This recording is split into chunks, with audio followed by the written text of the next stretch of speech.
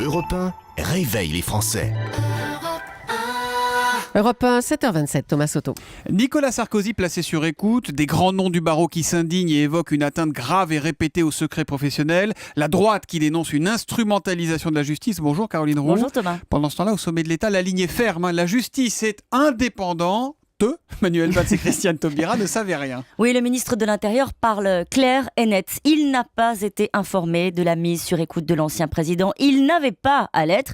Il n'a ni compte-rendu écrit, ni même oral de tout cela. D'ailleurs, à sa connaissance, les conversations de Nicolas Sarkozy et de son avocat n'ont pas été retranscrites. Sinon, comme il le dit un peu résigné, tout serait déjà dans la presse. Son entourage précise que le ministre a déduit que Nicolas Sarkozy devait être écouté lorsqu'il a su que Brice Hortefeux et Claude Guéant l'étaient aussi. Alors, place Beauvau, on reconnaît tout juste que le ministre peut être informé la veille d'une perquisition parce que cela mobilise des effectifs de police, mais c'est tout. Alors, un ancien ministre de l'Intérieur de droite que j'ai eu en ligne hier soir assure que lui pouvait avoir accès assez facilement au relevé d'écoute, mais comme le dit aujourd'hui un proche de Manuel Valls, ils avaient oublié à l'époque que la justice était indépendante. Bon, et chez la garde des Sceaux, Christiane Taubira, on dit quoi, Caroline ? Elle m'ont dit la même chose. La ministre ne savait rien. Elle a tout appris dans les journaux. Voilà le message. À la chancellerie, on s'indignait même hier que je puisse poser la question.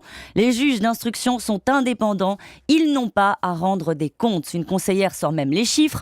On est passé de 40 000 à 5 000 affaires signalées par les parquets au ministère. Seuls les dossiers sensibles remontent à Christiane Taubira. Et visiblement, placer un ancien président sur écoute n'en fait pas partie. Je le disais, la droite, elle parle de complot, d'instrumentalisation politique de la justice pendant ce temps-là. Oui, alimenter la suspicion sur une justice aux ordres est presque devenu un réflexe politique banal à droite et à gauche selon les majorités. Alors vous allez entendre la riposte ce matin des amis de Nicolas Sarkozy pour dire que ce sont des pratiques dignes de l'Allemagne de l'Est, dire qu'il ne croit pas au hasard, une contre-offensive qui doit servir aussi au passage à remobiliser un peu des troupes un peu sonnées. Le jour où les politiques de tous bords laisseront la justice travailler, quitte à la critiquer, mais après coup, quand elle se trompe, et peut-être qu'on aura fait un grand bond dans ce pays, Caroline Roux. Non ? À demain, bah oui. L'info politique de Caroline, c'est tous les matins à 7h25 sur Europe 1. À demain.